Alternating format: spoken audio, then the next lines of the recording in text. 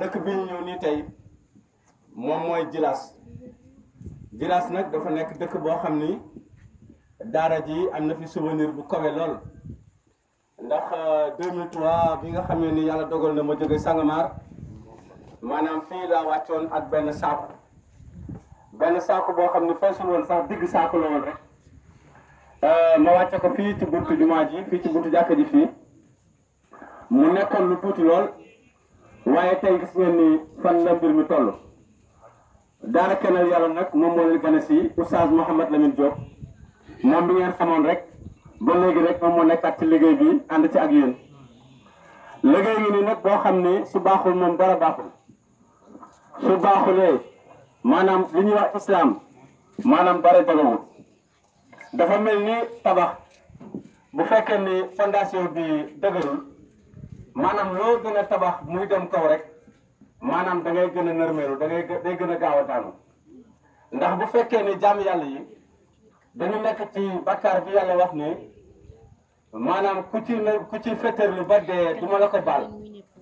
maanaam ñu gàttal lu ci loolu tey nit di doon jàngal seen diine naka la ñuy jullee naka la ñuy woore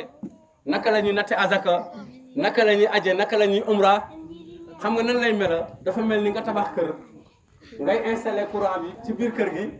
ba pare dem uti ay congélateur uti ay frigo waaye nag amaguloo courant kañ ngay jëriñoo sa ventilo kañ ngay jëriñoo par exemple sa congélateur loolu mooy islam sans tawhid islam bu ànd ak wéetal yàlla noonu la mel doomu adama soo ko bëggee def jullit maanaam da ngay fexe mu gëm yàlla kese loolu mooy li nga xam ne moo ci nekk ndax it bagage yi ngeen di gis nii xam yaa ngi nii séeréer di ko wax pangoy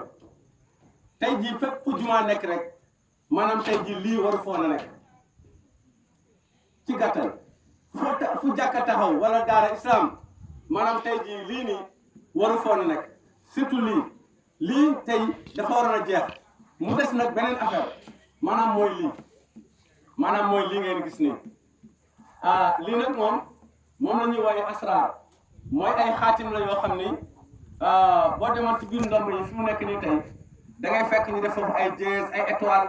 ay affaire yu kenn xamul mais loolu